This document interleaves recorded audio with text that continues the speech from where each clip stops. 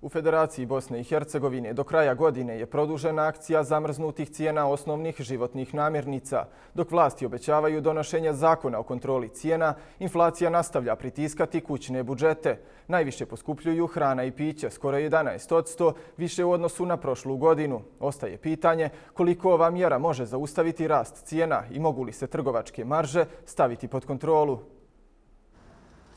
Cijene 65 osnovnih životnih namirnica u Federaciji biće zamrznute do kraja godine, što bi građanima trebalo pružiti određenu zaštitu od rasta cijena. Međutim, iako ovo zvuči kao mjera koja bi mogla pomoći, svakodnevna realnost pokazuje da to neće biti dovoljno.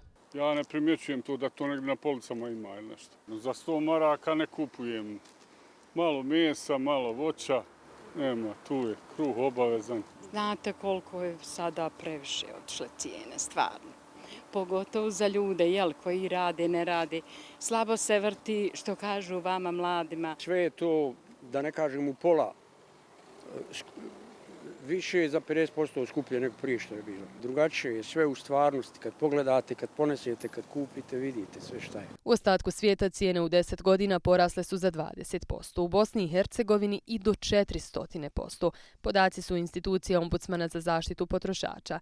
Inflacija je nastavila sa rastom pa je u julu zabilježen rast i do skoro 5%, što je najviše u posljednje 2 godine.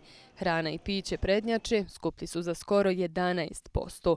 Trgovci stalno pravdaju konstantan rast namirnica dešavanjima na globalnoj sceni, poput pandemije koronavirusa, rata u Ukrajini, rasta cijena energenata. Tu se radi o cijenama na globalnom tržištu, cijenama pšenice, raži, ječma, mlijeka, mliječnih prerađevina, cijene ulja, uljnih prerađevina, prerađevine šećera te svih vrsta mesa, svinjetine, teletine i sve vrste peradi. Sada koštaju 20%, više nego prije 5 do 10 godina.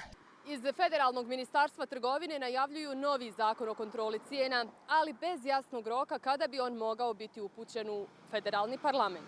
Iz udruženja potrošača upozoravaju, bez kontrole marži produženje mjera nema efekta. Jako je teško ograničiti cijene i utjecati na to koliko će neko zarađivati, jer je to temelj svake govorne ekonomije. Imate pravo da prodajete robu na tržištu na polnoj cijeni po kojoj mislite da treba.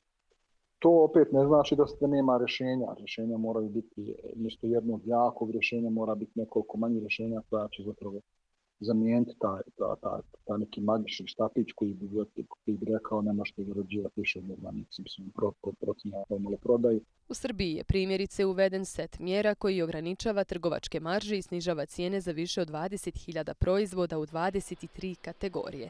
Može li slično zaživjeti i u Bosni i Hercegovini? Trebalo bi dakle da imamo izuzetnu konkurenciju na tržištu, trebalo bi da razbijemo oligopole, monopolistička ponašanja i slično, ako želimo da imamo stabilne, predvidljive i konkurentne cijene.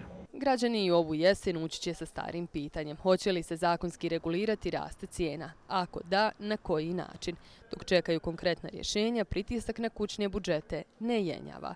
Belmina Čorbić, Euronews, Sarajevo.